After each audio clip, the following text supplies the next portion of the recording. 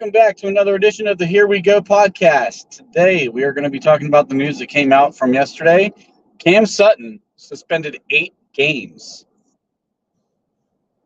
So, looking back at the signing, there are a number of different arguments you can make with the signing of Cam Sutton. I said before, from a purely football standpoint, he's a fantastic signing. He's a guy familiar with the defense. He's a guy that has made his name for Pittsburgh as a slot corner. He played very, very well in the slot.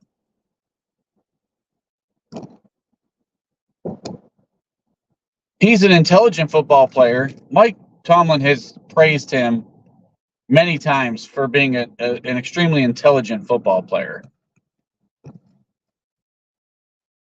Signed him for a 1-year vet minimum deal.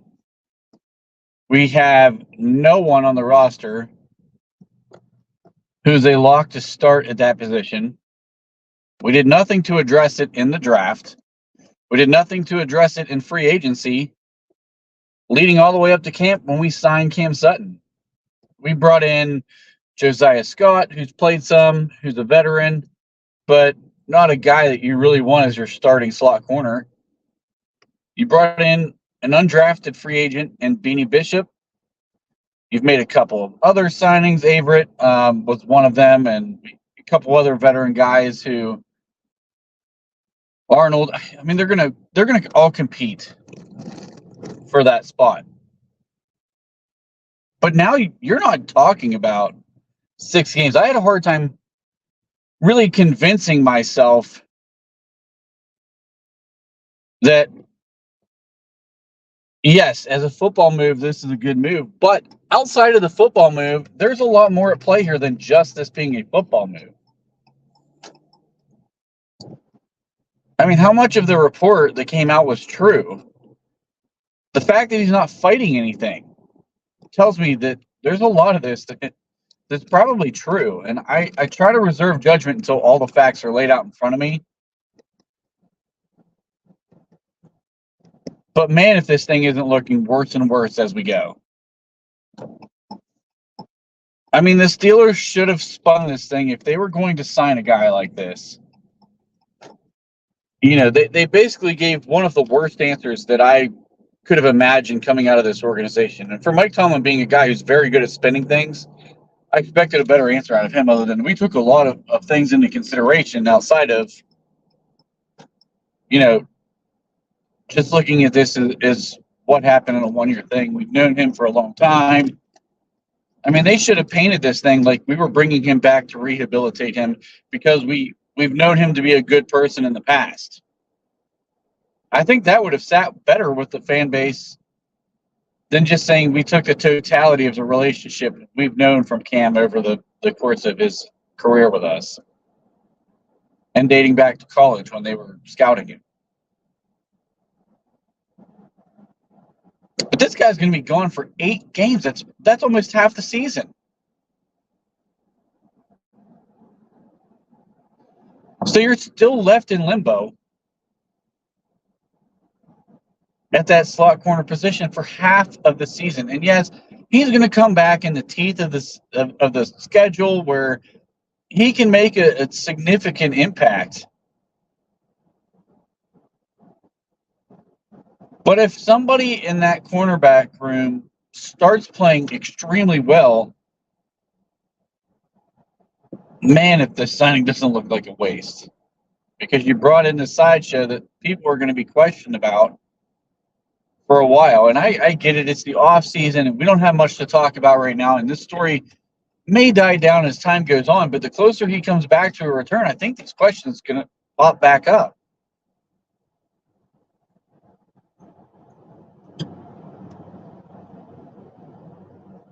Again, if you look at this strictly as a football standpoint, it's a tremendous signing, and he really solidifies the rest of the secondary. But you're not even going to have him for half the season now. And I thought when they signed him, the team had maybe had their hand on the pulse of the situation a little bit. Maybe they thought it was going to be 6, and they thought that it could be appealed down to 4. And that's what I talked myself into when I'm like, yeah, okay, this is a great signing. But now at 8 games, and he's not even appealing anything to lower that. I'm really flipping the other way on this thing. I mean, I got to be honest with you. A 1-year vet minimum deal, like, it's not costing us a lot. We have cap space. Business standpoint, I get it. But I'm starting to really like the signing less and less. There were other guys that you could have gone after.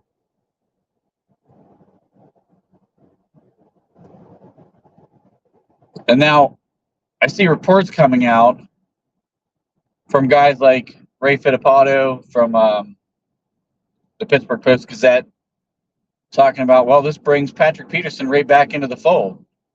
Patrick Peterson was available in the first place. If that was your solution, why didn't you just sign him and not Cam Sutton?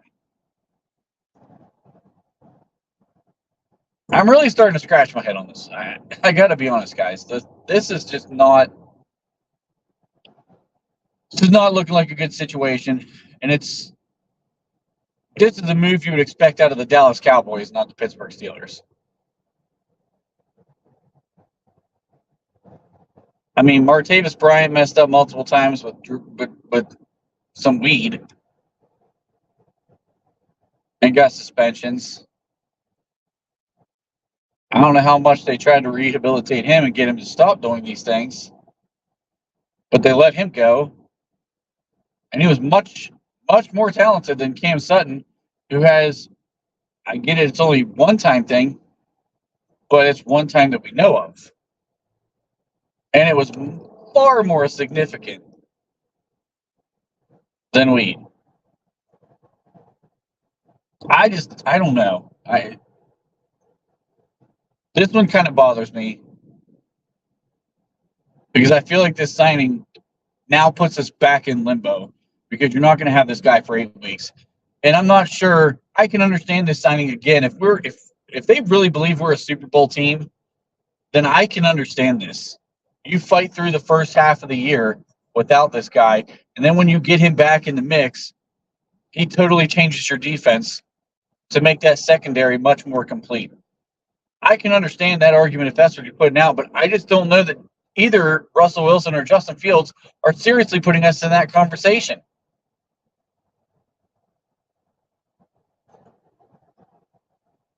I think we're holding Russell Wilson in a little bit too high a regard as an organization if we're making moves for the now.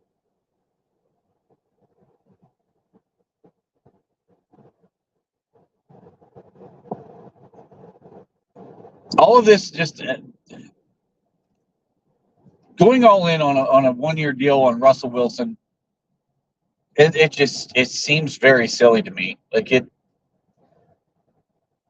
I just don't understand it. I think we could have done something different. I mean, yeah, honestly, you probably would have been better off getting a guy like Stephon Gilmore for 1 year and trying to move Dante Jackson inside. And if Jackson didn't like doing that, sorry, but you're on a 1-year rental anyway.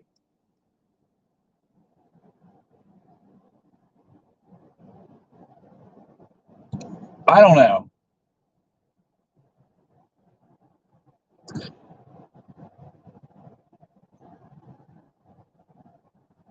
It's going to be really, really interesting to see how this plays out throughout the season. But 8 weeks is a lot of football to miss. He didn't have a good year last year anyway. He had a pretty bad year. Moving back in the slot probably will help him.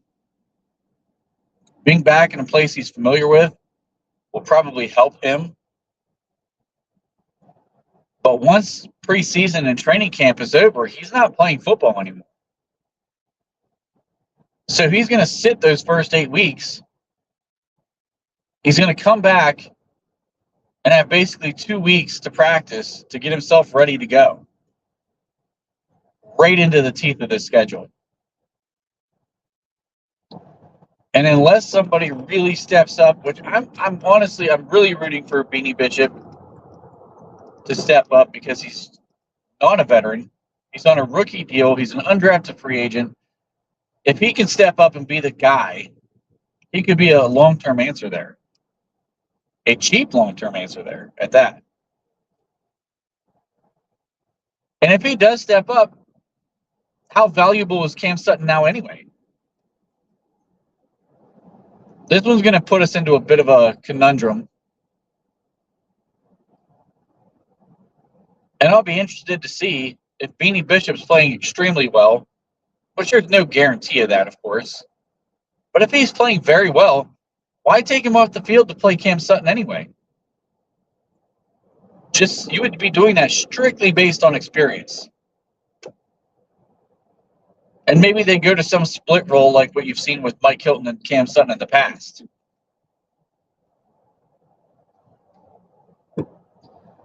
But this one's kind of a head scratcher.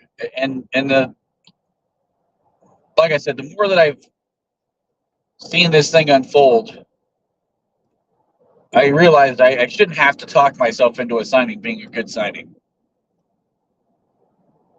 There should be enough in front of me to say this is a good signing. And there's just not in this case. There's no guarantee Cam Sutton's going to play well after he comes back. There's no guarantee that his head's even going to be in football because of all the legal issues he's in right now anyway.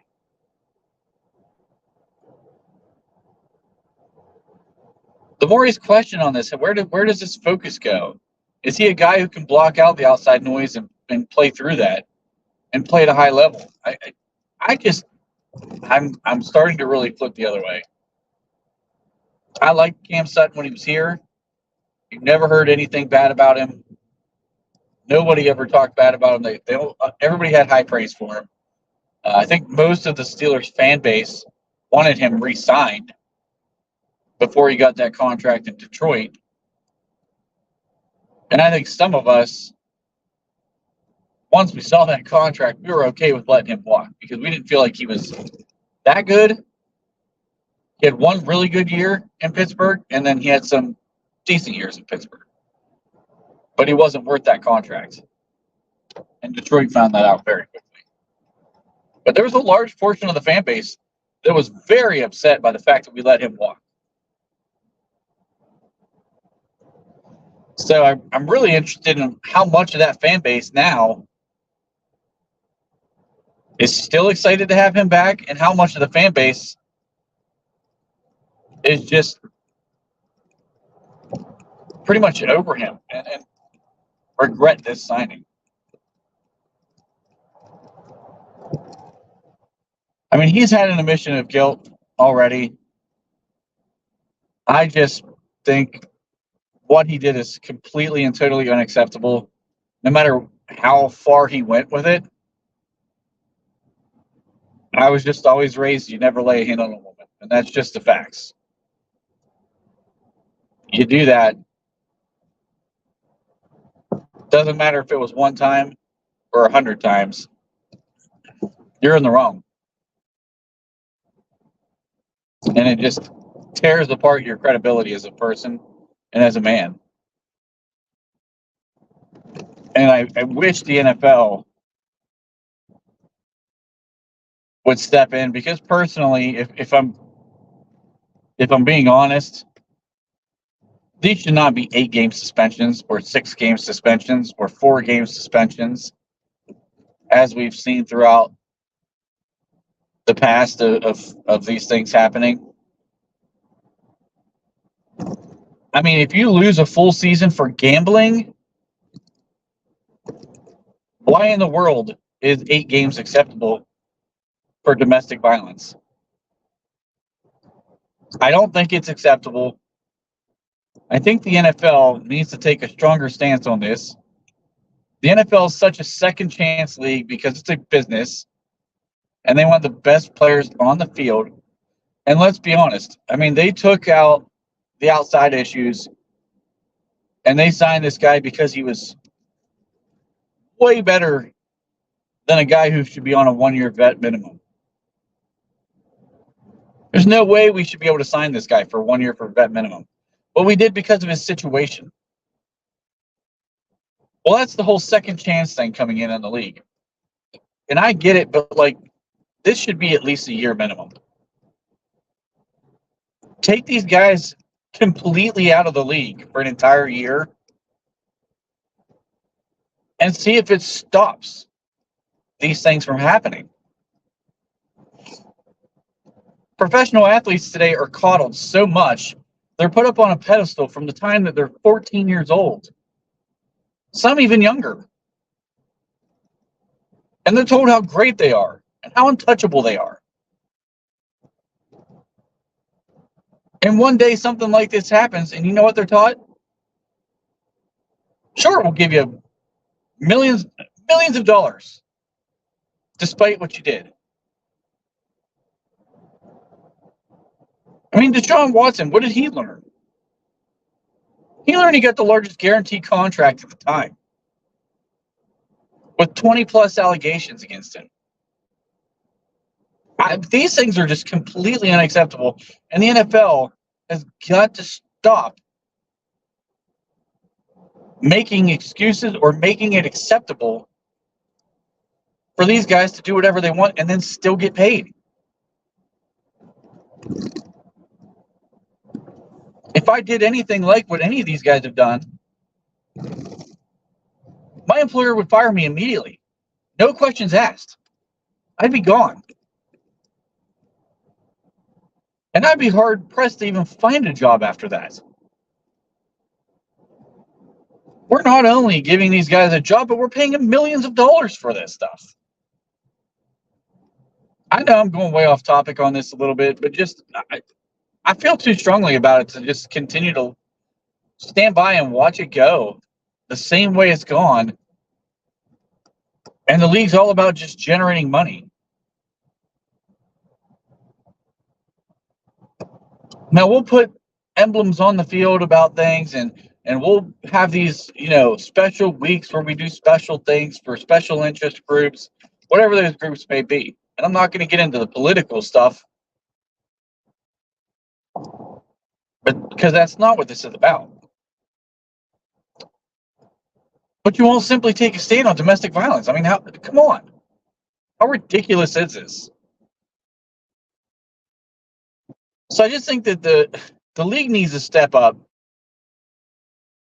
and start being a catalyst to help end this. And you take away these guys' money and their livelihoods, and less of these things will happen. Quit putting them on a pedestal for the colleges and the universities who cover these things up simply because they need their program to win now. And they only have these guys for 3 years, some for 4 years. So they're going to wipe some things up under the rug simply because they can play a game really well.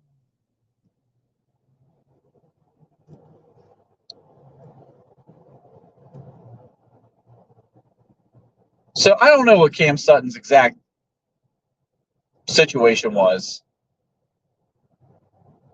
And I really don't care. Because at the end of the day, regardless of what led to it, he still put his hands on a woman. And that's just completely unacceptable to me. And like I said, when the signing happened, I talked about it from a purely football standpoint.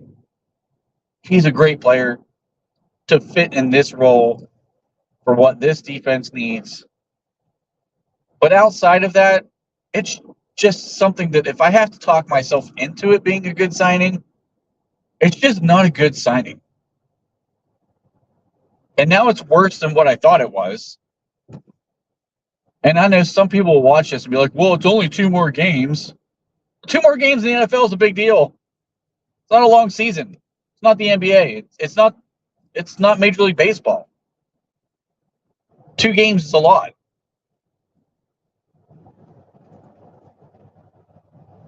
And to miss somebody for half a season, on top of what he did, it's just not worth it to me. It's just really not worth it. And I can't accept it at this point. I'm past the point where I can accept it.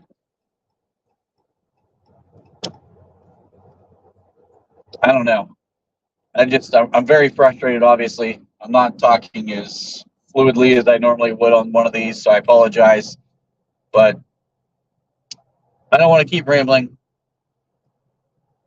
You guys know my thoughts on this.